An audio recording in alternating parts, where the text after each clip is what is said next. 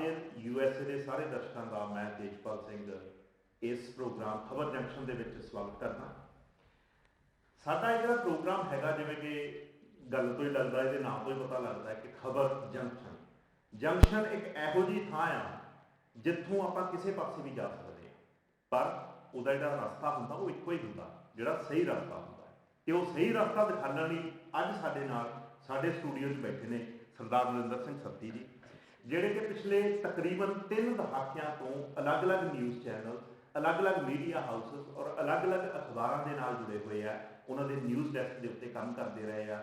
ਖਬਰ ਨੂੰ ਕਿੱਧਰ ਨੂੰ ਕਿਹੜਾ ਰੰਗ ਦੇਣਾ ਉਹ ਇਹਨਾਂ ਨੇ ਦਿੱਤਾ, ਤੇ ਖਬਰ ਦੇ ਅੰਦਰਲੀ ਖਬਰ ਕੀ ਹੈ ਉਹ ਇਹਨਾਂ ਨੂੰ ਪਤਾ ਹੁੰਦੀ ਹੈ। ਸੱਤੀ ਸਾਹਿਬ, ਸਭ ਤੋਂ ਪਹਿਲਾਂ ਤਾਂ ਸਵਾਗਤ ਹੈ ਜੀ ਸਾਡੇ ਪ੍ਰੋਗਰਾਮ 'ਚ। ਜੀ ਧੰਨਵਾਦ। ਅੰਜਾਮ USA ਦੇ ਦਰਸ਼ਕਾਂ ਦਾ ਵੀ ਧੰਨਵਾਦ ਜੀ।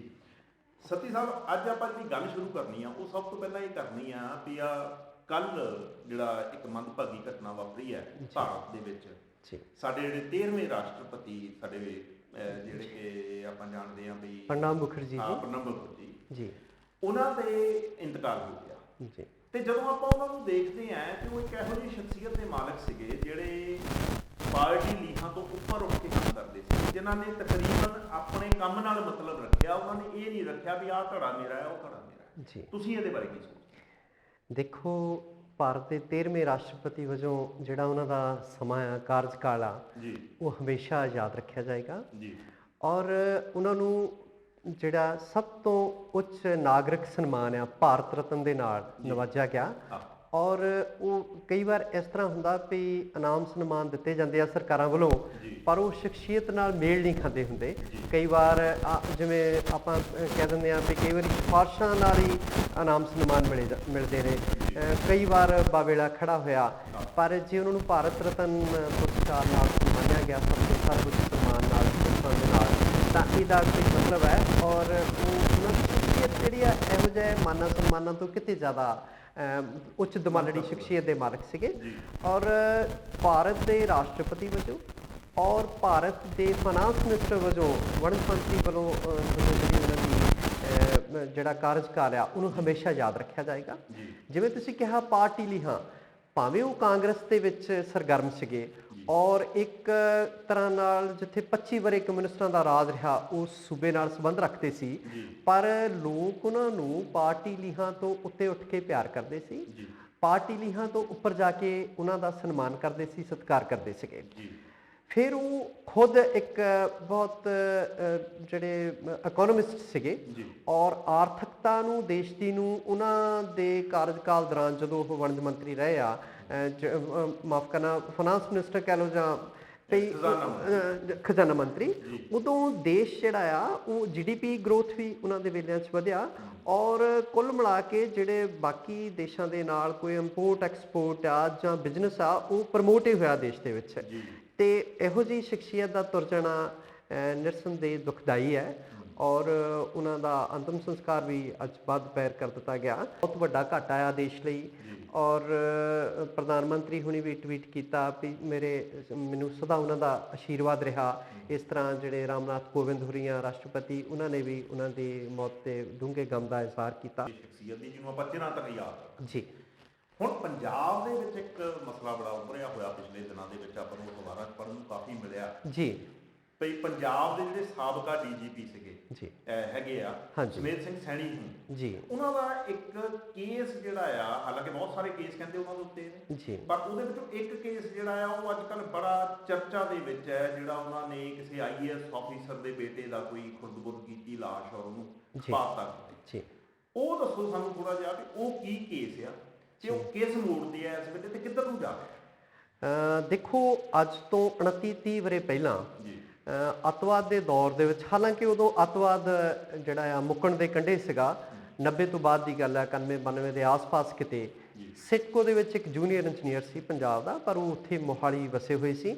ਉਹਨਾਂ ਦੇ ਪਿਤਾ ਜੀ ਮੁਲਤਾਨੀ ਸਾਹਿਬ ਸਾਬਕਾ IAS ਆਫੀਸਰ ਸੀ, ਔਰ ਜਿਹੜਾ ਜਿਹਨੂੰ ਮਾਰਿਆ ਗਿਆ ਉਹ JE ਸੀਗੇ ਸਿਟਕੋ ਦੇ, Chandigarh industrial and tourism corporation ਦੇ ਵਿੱਚ ਮੁਲਾਜ਼ਮਤ ਕਰਦੇ ਸੀ।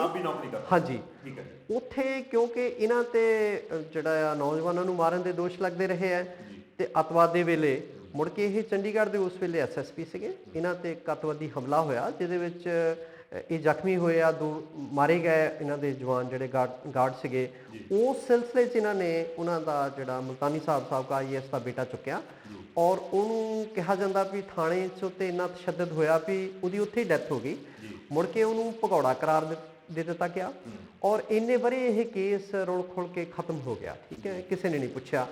ਔਰ ਇਹਨਾਂ ਦੀ ਜਿਹੜੀ ਨਿਯੁਕਤੀ ਆ, ਪਹਿਲੀ ਗੱਲ ਤਾਂ ਇਹਨਾਂ ਦੀ ਨਿਯੁਕਤੀ ਵਿਵਾਦਾਂ ਦੇ ਵਿੱਚ ਘਿਰੀ ਰਹੀ ਆ।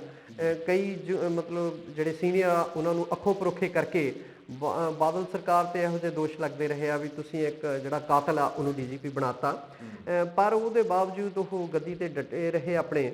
ਪਰ ਹੁਣ ਐਤਕੀ ਜਿਹੜੇ ਕਾਂਗਰਸ ਸਰਕਾਰ ਆ ਉਹਨਾਂ ਨੇ ਫੇਰ ਇਹ ਮੁੱਦਾ ਚੁੱਕਿਆ ਜਾਂ ਜਿਵੇਂ ਕਿਵੇਂ ਵੀ ਹੈ ਉਹ ਕੇਸ ਮੁੜ ਕੇ ਜ਼ਾਹਰ ਹੋਇਆ। ਔਰ ਪਹਿਲੀ ਗੱਲ ਤਾਂ ਉੱਥੇ ਦਫਾ 302 ਲੱਗੀ ਨਹੀਂ ਉਹਨਾਂ ਤੇ। ਫਿਰ ਅਦਾਲਤ ਦੇ ਦਖਲ ਤੇ, ਸੈਸ਼ਨ ਕੋਰਟ ਦੇ ਦਖਲ ਤੇ ਹੁਣ ਪਿਛਲੇ ਦਿਨੀ ਦਫਾ 302 ਲੱਗੀ ਆ। ਉਹ ਅੱਜ ਕੱਲ ਕਰਕੇ ਉਹਨਾਂ ਨੂੰ ਗ੍ਰਿਫਤਾਰੀ ਤੋਂ ਬਚਦੇ ਰਹੇ ਨੇ। ਹੁਣ ਲਾਸਟ ਜਿਹੜੀ ਆ ਉਹ ਅੱਜ, ਪਹਿਲਾਂ ਸ਼ਨੀਚਰਵਾਰ ਲੱਗਣੀ ਸੀ ਕੋਰਟ, ਸ਼ਨੀਚਰਵਾਰ ਦੀ ਤਰੀਕ ਐਤਵਾਰ ਪੈ ਗਈ। ਉਹਨਾਂ ਨੂੰ 2 ਦਿਨ ਦੀ ਗ੍ਰਿਫਤਾਰੀ ਤੋਂ ਹੋਰ ਮੁਹਲਤ ਮਿਲ ਗਈ ਔਰ ਪਿੱਛੇ 2-4 ਦਿਨ ਪਹਿਲਾਂ ਉਹਨਾਂ ਦੇ ਘਰ ਤੇ ਫਾਰਮ ਤੇ ਛਾਪੇ ਵੀ ਪੁਲਿਸ ਨੇ ਮਾਰੇ ਆ, ਪਰ ਉਹਨਾਂ ਨੂੰ ਮਿਲੇ ਨਹੀਂ।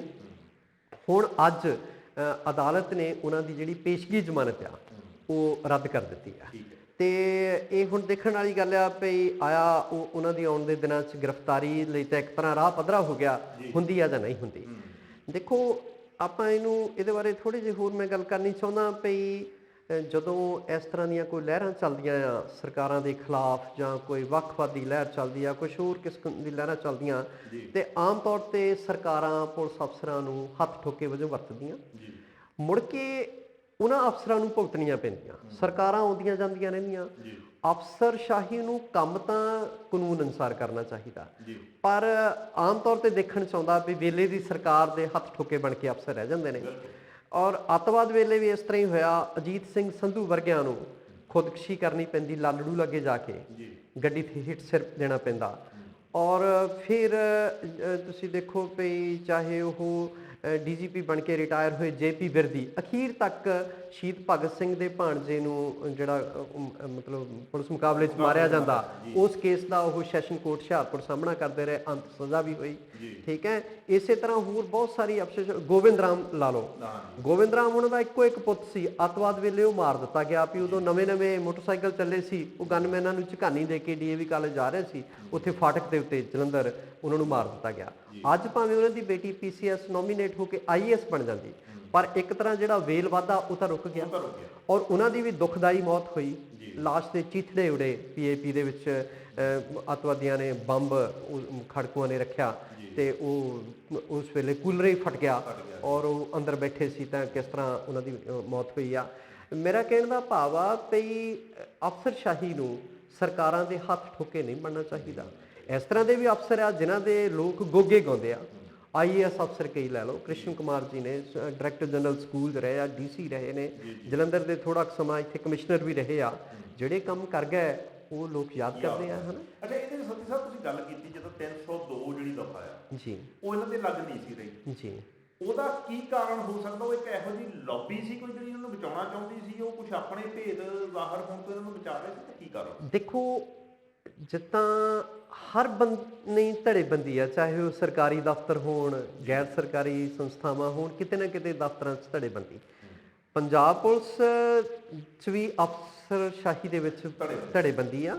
ਇੱਕ ਧਿਰ ਕਿਸੇ ਪਾਸੇ ਨੂੰ ਮੂੰਹ ਆ, ਇੱਕ ਦਾ ਕਿਸੇ ਪਾਸੇ ਨੂੰ। ਠੀਕ ਹੈ, ਤੇ ਜਿਹੜੀਆਂ ਮੁਖਾਲਫ ਧਿਰਾਂ ਹੁੰਦੀਆਂ ਉਹ ਤਾਂ ਬੰਦੇ ਨੂੰ ਫਿਰ ਕਿਸੇ ਨਾ ਕਿਸੇ ਗੇੜ 'ਚ ਲੈਣਾ ਚਾਹੁੰਦੀਆਂ ਹੀ ਹੁੰਦੀਆਂ। ਤਾਂ ਜਿਹੜੀ ਲੌਬੀ ਇਹਨਾਂ ਦੀ ਸਪੋਰਟ ਕਰਦੀ ਸੀ, ਉਹਨਾਂ ਨੇ ਦਫਾ 302 ਲੱਗਣੀ ਨਹੀਂ ਦਿੱਤੀ। ਹਾਲਾਂਕਿ ਪਿਛਲੇ ਦਿਨੀ ਜਿਹੜੀ ਇੱਕ ਇਸ ਵੇਲੇ ਹਾਈ ਕੋਰਟ ਦੀ ਮੌਜੂਦਾ ਮਤਲਬ ਵਕੀਲ ਹੈ, ਹਾਈ ਕੋਰਟ 'ਚ ਪ੍ਰੈਕਟਿਸ ਕਰਦੀ ਆ, ਉਹ ਕਹਿੰਦੀ ਮੈਂ ਥਾਣੇ 'ਚ ਸੀਗੀ ਕਿਸੇ ਕੇਸ ਦੇ ਸਿਲਸਿਲੇ 'ਚ ਗਈ ਹੋਈ ਤਾਂ ਮੇਰੇ ਸਾਹਮਣੇ ਇਹ ਸਾਰਾ ਕੁਝ ਹੋਇਆ। 2 ਵਾਅਦਾ ਮੁਆਫ ਗਵਾਹ ਬਣੇ ਨੇ, ਅਪਰੂਵਰ ਬਣੇ ਨੇ, ਇੰਸਪੈਕਟਰ ਉਸ ਵੇਲੇ ਪੁਲਿਸ ਦੇ।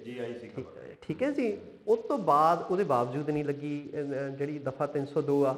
ਹੁਣ ਜਿਹੜਾ ਗੁਰਮੀਤ ਪਿੰਕੀ ਪੁਲਿਸ ਦਾ ਸਭ ਤੋਂ ਵੱਡਾ ਨਾਮੀ ਕੈਟ ਰਿਹਾ, ਜਿਹੜਾ ਸਿਪਾਹੀ ਭਰਤੀ ਕਰਕੇ ਇੰਸਪੈਕਟਰ ਬਣਾਇਆ ਔਰ ਪਿੱਛੇ ਜੇ ਇੱਕ ਬੱਚੇ ਨੂੰ ਕਾਰ ਹੇਠ ਦੇ ਕੇ ਮਾਰਨ ਦਾ ਵੀ ਉੱਤੇ ਮਤਲਬ ਦੋਸ਼ ਸੀਗਾ, ਇਲਜ਼ਾਮ ਲੱਗਾ ਸੀ ਔਰ ਸਜ਼ਾ ਭੁਗਤੀ ਉਹਨੇ, ਹੁਣ ਉਹ ਅਪਰੂਵਰ ਬਣ ਗਿਆ। ਹੁਣ ਇਹ ਤੋਂ ਵੱਡੀ ਤਾਂ ਕੋਈ ਗੱਲ ਨਹੀਂ ਹੋ ਸਕਦੀ, ਠੀਕ ਹੈ। ਤੇ ਜੇ ਉਹਦੇ ਬਾਵਜੂਦ ਵੀ ਕਿਸੇ ਅਫਸਰ ਨੂੰ, ਇਹਦਾ ਮਤਲਬ ਵੀ ਅਫਸਰਸ਼ਾਹੀ ਕਾਨੂੰਨ ਤੋਂ ਉੱਤੇ ਹੋ ਗਈ, ਜਦ ਕਿ ਜਿਹੜਾ ਇੱਥੇ ਫਿਰ ਤਾਂ ਜੰਗਲ ਰਾਜ ਹੋ ਗਿਆ ਵੀ ਜਿਹਨੂੰ ਮਰਜ਼ੀ ਤਕੜਾ ਮਾੜੇ ਨੂੰ ਫੜ ਕੇ ਮਾਰ ਦੇਵੇ ਔਰ ਕੋਈ ਪੁੱਛਗਿੱਛ ਨਹੀਂ, ਠੀਕ ਹੈ। ਆਮ ਬੰਦਿਆਂ ਨੂੰ 751 ਹੁੰਦੀ ਆ ਤੇ ਫੜ ਕੇ ਅੰਦਰ ਦੇਣ ਦੇ ਦੋਵਾਂ ਤਰ੍ਹਾਂ ਦੀਆਂ ਜ਼ਮਾਨਤਾਂ ਹੁੰਦੀਆਂ, ਇੱਥੇ 326 ਲੱਗ ਜਾਂਦੀ ਆ, 323 ਹੁੰਦੀ ਆ, 302 7 ਦੇ ਲੋਕ ਬਾਹਰ ਤੁਰੇ ਫਿਰਦੇ ਆ। ਹੁਣ ਜਿਹੜੀ ਮੈਂ ਗੱਲ ਕਰਨ ਲੱਗਾ ਉਹ ਹੈਗੀ ਇੱਕ ਇਹੋ ਜਿਹੀ ਕੁੜੀ ਜਿਹੜੀ ਬਹੁਤ ਨਿਡਰ ਨਿਕਲੀ ਜੀ। ਉਹ ਕੱਲ ਪਰਸੋਂ ਹੀ ਘਟਨਾ ਹੋਈ ਆ ਆਪਣੇ ਸ਼ਹਿਰ ਜਲੰਧਰ ਦੇ ਵਿੱਚ ਜੀ। ਕਹਿੰਦੇ ਕਿਸੇ ਨੇ ਲੁੱਟਣ ਦੀ ਕੋਸ਼ਿਸ਼ ਕੀਤੀ ਤੇ ਇਹ ਕੁੜੀ ਹੈ ਵੀ ਛੋਟੀ ਜਿਹੀ ਉਮਰ ਦੀ, ਤੇ ਇਹਨੇ ਉਹਨੂੰ ਇਹੋ ਜਿਹਾ ਉਹਨਾਂ ਨੂੰ ਰੋਕਿਆ ਤੇ ਇਹਨੇ ਉਹ ਬੰਦਾ ਭੱਜਣ ਨਹੀਂ ਦਿੱਤਾ।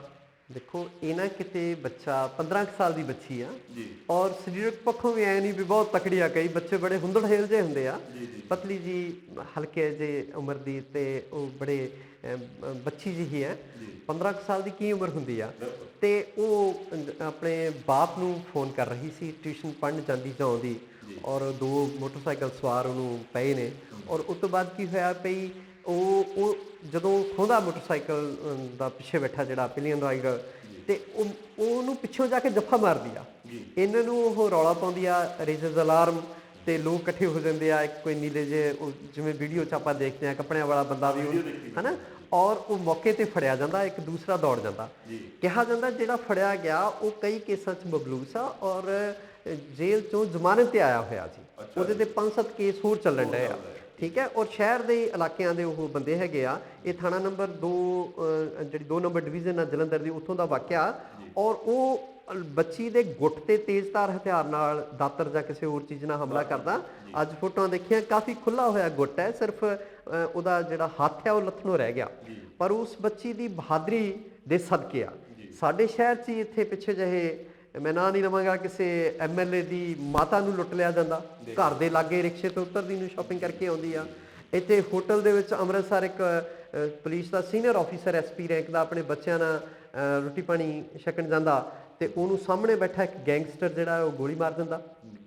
ਹਾਲਾਂਕਿ ਚੰਗੇ ਭਾਗਾਂ ਨੂੰ ਉਹਦੇ ਲੱਗਦੀ ਨਹੀਂ। ਲੁਧਿਆਣੇ ਇਸੇ ਤਰ੍ਹਾਂ ਰੈਸਟੋਰੈਂਟ 'ਚ ਇੱਕ AIG ਰੈਂਕ ਦਾ ਬੰਦਾ ਜਾਂਦਾ ਤੇ ਉਹਦੇ ਰੈਸਟੋਰੈਂਟ ਦੇ ਮਾਲਕ ਉਹਨੂੰ ਕੁੱਟਮਾਰ ਕਰ ਦਿੰਦੇ ਆ, ਔਰ ਬਾਅਦ ਸਰਕਾਰੀ ਦਬਾਅ ਹੇਠ ਉਹ ਕੇਸ ਵੀ ਵਾਪਸ ਲੈਂਦਾ ਉਹ ਮਾਲਕਾਂ ਦੇ ਖਿਲਾਫ। ਜਿੱਥੇ ਜਿਹੜਾ ਆ ਮਤਲਬ ਸਰਕਾਰੀ ਅਫਸਰ ਉਹ ਵੀ ਪੁਲਿਸ ਦੇ ਅਫਸਰਾਂ ਨੂੰ ਕੋਈ ਹੱਥ ਪਾਉਂਦਾ ਹੋਵੇ, ਤਾਂ ਉੱਥੇ ਮਤਲਬ ਇੱਕ ਬੱਚੇ ਦੀ ਐਡੀ ਜਿਹੜੀ ਬਹਾਦਰੀ ਆ, ਉਹ ਸੱਚਮੁੱਚ ਹੀ ਮਤਲਬ ਮੇਰਾ ਤਾਂ ਸਲਾਮ ਕਹਿੰਦਾ ਉਸ ਬੱਚੀ ਨੂੰ 100 ਵਾਰ ਸਲਾਮ, ਜਿਹਨੇ ਮਤਲਬ ਆਮ ਤੌਰ ਤੇ ਆਪਾਂ ਬੱਚੀਆਂ ਨੂੰ ਕਮਜ਼ੋਰ ਸਮਝਦੇ ਆ, ਠੀਕ ਹੈ ਨਾ। ਤੇ ਛੋਟੀ ਜਿਹੀ ਉਮਰ ਦੇ ਵਿੱਚ, ਛੋਟੀ ਜਿਹੀ ਉਮਰ, ਉਹ ਵੀ ਮਾੜਕੂ ਜੀ ਹੈ, ਤੇ ਉਹ ਇੰਨੀ ਦਲੇਰੀ ਵਿਖਾਉਣੀ ਔਰ ਇੱਕ ਲੁਟੇਰੇ ਦਾ ਮੌਕੇ ਤੋਂ ਫੜਿਆ ਜਾਣਾ, ਠੀਕ ਹੈ। ਕਾਰਨ ਤਾਂ ਚਲੋ ਇਹ ਵੀ ਦੇਖਣ ਵਾਲੇ ਆ ਵੀ ਜਿਹੜੇ ਨੌਜਵਾਨ ਅੱਜ ਕੱਲ੍ਹ ਲੁਟੇਰੇ ਕਿਉਂ ਬਣ ਰਹੇ ਆ ਔਰ ਨਸ਼ੇੜੀ ਕਿਉਂ ਬਣ ਰਹੇ ਆ। ਬੇਰੁਜ਼ਗਾਰੀ ਤੇ ਹੋਰ ਜਿਹੜਾ ਆ, ਨਾ ਕੋਈ ਪੜ੍ਹਾਈ ਦਾ ਚੰਗੀ ਵਿਵਸਥਾ ਆ, ਨਾ ਕੋਈ ਮੈਡੀਕਲ ਦੀ ਚੰਗੀ ਵਿਵਸਥਾ ਆ, ਨਾ ਕੋਈ ਰੁਜ਼ਗਾਰ ਦੀ ਚੰਗੀ ਵਿਵਸਥਾ ਆ। ਤੇ ਉਹ ਬੱਚੇ ਜਿਹੜੇ ਆ ਜਿਨ੍ਹਾਂ ਨੂੰ ਲਿਖ ਪੜ੍ਹ ਕੇ ਨੌਕਰੀਆਂ ਤੇ ਲੱਗਣਾ ਚਾਹੀਦਾ, ਵੱਖ-ਵੱਖ ਮੁਕਾਮਾਂ ਤੇ ਪਹੁੰਚਣਾ ਚਾਹੀਦਾ, ਉਹ ਇਹੋ ਜਿਹੇ ਜਿਹੜੇ ਆ ਕੰਮਾਂ ਦੇ ਵਿੱਚ ਮਬਲੂਸ ਹੋ ਗਏ ਆ। ਤੇ ਕਾਰਨ ਤਾਂ ਉਹ ਵੀ ਦੇਖਣ ਵਾਲੇ ਨੇ, ਪਰ ਜੇ ਦੂਸਰੇ ਬੰਨੇ ਕੋਈ ਇਹੋ ਜਿਹੀ ਬੱਚੀ ਦਲੇਰ ਨਿਕਲਦੀ ਆ ਤਾਂ ਉਹ ਵਾਕਈ ਸਾਡੀ ਇਸਲਾਮ ਦੀ ਹੱਕਦਾਰ ਆ। ਦੇਖੋ ਸੱਤੀ ਸਾਹਿਬ, ਬੱਚੀ ਨੇ ਤਾਂ ਜਿਹੜਾ ਆਪਣਾ ਕੰਮ ਕਰਨਾ ਸੀ ਉਹ ਕਰ ਦਿੱਤਾ ਜੀ। ਹੁਣ ਕੰਮ ਹੈਗਾ ਉਹਨਾਂ ਸੰਸਥਾਵਾਂ ਦਾ, ਸਰਕਾਰਾਂ ਦਾ, ਤੇ ਉਸ ਬੱਚੇ ਨੂੰ ਇੰਨੇ ਕੁ ਸਨਮਾਨ ਦੇਣ ਤਾਂ ਕਿ ਇਹੋ ਜਿਹੇ ਬੱਚੇ ਜਿਹੜੇ ਬਹਾਦਰ ਬੱਚੇ ਆ ਉਹ ਇਹ ਤੋਂ ਪ੍ਰੇਰਿਤ ਹੋ ਕੇ, ਉਹ ਤੋਂ ਸੇਧ ਲੈ ਕੇ ਹੋਰ ਵੀ ਬੱਚੇ ਇਦਾਂ ਪ੍ਰੇਰਿਤ ਹੋਣ। ਬਿਲਕੁਲ। ਹੁਣ ਆਪਾਂ ਗੱਲ ਕਰਦੇ, ਜਿਹੜੀ ਤੁਸੀਂ ਹੁਣੇ ਗੱਲ ਕਰ ਰਹੇ ਸੀਗੇ, ਸਰਕਾਰਾਂ ਜੀ। ਸਰਕਾਰਾਂ ਦੇ ਵਿੱਚ ਇਹੋ ਜਿਹੀਆਂ ਬਹੁਤ ਸਾਰੀਆਂ ਯੋਜਨਾਵਾਂ ਹੈਗੀਆਂ ਜਿਹੜੀਆਂ ਆਪਣੇ ਜਿਹੜੇ ਇੱਥੇ ਸਿੱਖਿਆਰਥੀ ਨੇ, ਸਟੂਡੈਂਟਸ ਨੇ, ਉਹਨਾਂ ਲਈ ਬਣੀਆਂ ਹੋਈਆਂ ਜੀ। ਤੁਸੀਂ ਅੱਜ ਕੱਲ੍ਹ ਦੇਖਦੇ ਆ ਵੀ ਪੰਜਾਬ ਤੇ ਤਕਰੀਬਨ ਹੁਣ ਵਿਹਲਾ ਹੋਣ ਦੇ ਲਾਗੇ ਆ ਗਿਆ ਵੀ ਪੰਜਾਬੀ ਸਾਰੇ ਜਿਹੜੇ ਆ ਵਿਦੇਸ਼ਾਂ 'ਚ ਤੁਰ ਗਏ ਬੱਚੇ ਜਾਂ ਜਾ ਰਹੇ ਨੇ।